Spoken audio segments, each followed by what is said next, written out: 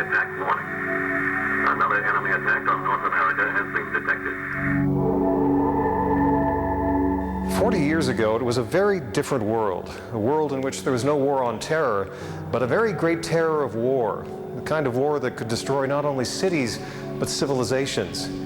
The Diefenbunker Museum has been a living reminder of that era since it opened 6 years ago. But for the thousands of people that come through here every year, there are still places that are out of bounds, places where echoes of doomsday remain.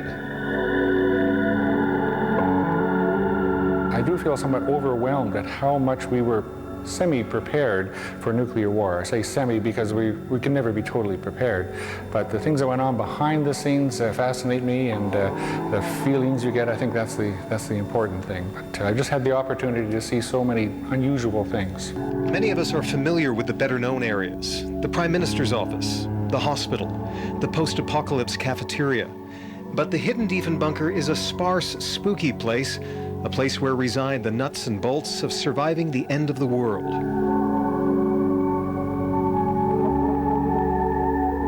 So we're going back behind a couple of the hot water tanks that would have supplied hot water for people to wash their hands and to shower in. But then behind this red door is the fire pump. Now the fire pump accesses two 20,000-gallon tanks, two 10,000-gallon tanks of water that were held for firefighting purposes. So if there were any fires in the building, this pump would kick on, pressurize all the hose standpipes throughout the building. Fire, of course, requires oxygen to fuel itself. So if the blaze is big enough, it consumes all the oxygen, and you've just suffocated all the inhabitants. Much of the Diefenbunker's lower levels are devoted to mechanicals, machines to remove radiation from outside air and keep the inside air fit to breathe. So we're going back into the access areas for all of the filters, the day-to-day filters for the fan systems, as well as where some of the original fans are housed. So this platform here is where volunteers took the old, no longer functioning fan out, and they're going to be replacing it with one of the new ones. And there's another fan just beside it, again, backup after backup. This is the main men's washroom.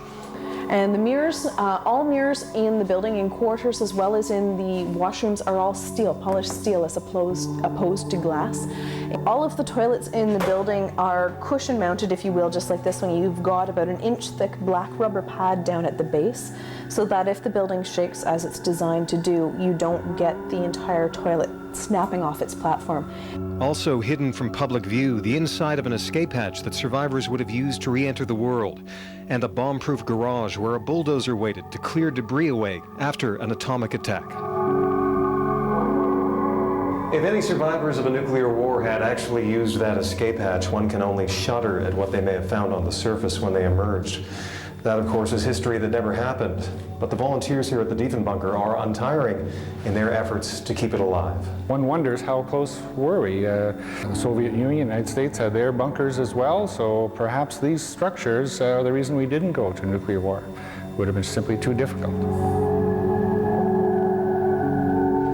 The Diefenbunker is, of course, open for tours, and it's always looking for volunteers and donations. And you can get information at www.dieffenbunker.ca. Once again, that website, dieffenbunker.ca.